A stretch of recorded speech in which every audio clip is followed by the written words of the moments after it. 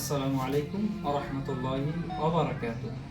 আলহামদুলিল্লাহি ওয়াহদা ওয়াসসালাতু ওয়াসসালামু আলা মান লা নাবিয়্যা বা'দা।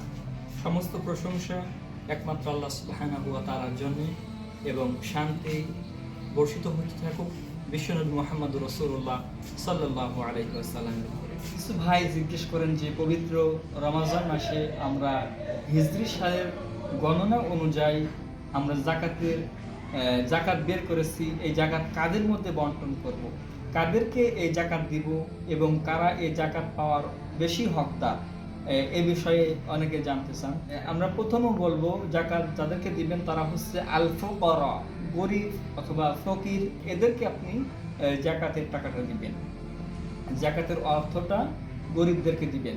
মান লাহু শাইইন ইল্লা কলিল, যাদের সম্পত্তি অথবা সম্পদ খুবই কম তাদেরকে জাকাত দেওয়া যাবে। এরপরে আল্লাহ সুবহানাহু ওয়া তাআলা বলেছেন আল মাসাকিন, এবং মিসকিনদেরকে, যারা হতদরিদ্র, যারা সর্বহারা, যারা নিঃস্ব, তাদেরকে বলা হয় মিসকিন। এই মিসকিনদেরকেও জাকাতের অর্থ প্রদান করতে পারেন। এরপরে আল্লাহ সুবহানাহু ওয়া তাআলা বলেছেন আমিলিন, অর্থাৎ যারা এই জাকাত সংগ্রহ করে লোকদের কাছ থেকে, এই কাজে নিয়োজিত, তাদেরকে এই জাকাতের টাকা থেকে তাদের হাদিয়া অথবা তাদের কষ্টের পরিশ্রম এগুলোর মূল্য দিতে পারেন এই জাকাতের টাকা থেকেই। এরপরে আল্লাহ সুবহানাহু ওয়া তাআলা বলছেন মুআল্লাফাতু কুলুব, অর্থাৎ নবমুসলিম হোক অথবা বিধর্মী হোক, তাদেরকে ইসলাম ধর্মে সৌন্দর্য দেখানোর জন্য, আকৃষ্ট করার জন্য তাদেরকে জাকাতের টাকা দিতে পারেন, এটা আল্লাহ সুবহানাহু ওয়া তাআলা বলছেন।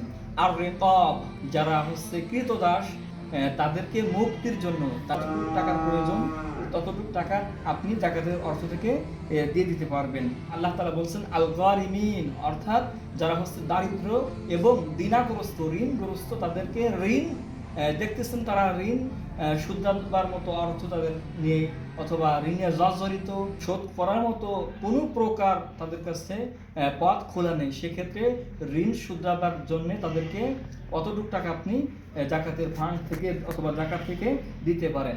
এরপর আল্লাহ তাআলা বলছেন ফি সাবিলিল্লাহ, আল্লাহ তাআলার রাস্তায় জিহাদরত মুজাহিদদেরকে কিছু অংশ দিতে পারবেন, এটা আল্লাহ তাআলা বলছেন।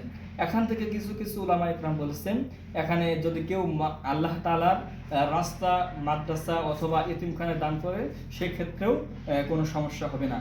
এরপর আল্লাহ সুবহানাহু ওয়া তাআলা বলেছেন ইবনু সাবিল হচ্ছে কোন মুসাফির।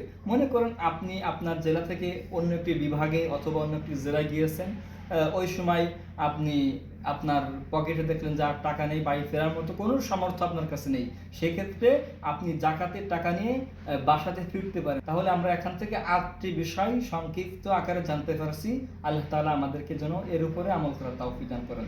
আমিন। আসসালামু আলাইকুম ওয়া রাহমাতুল্লাহি ওয়া বারাকাতুহু।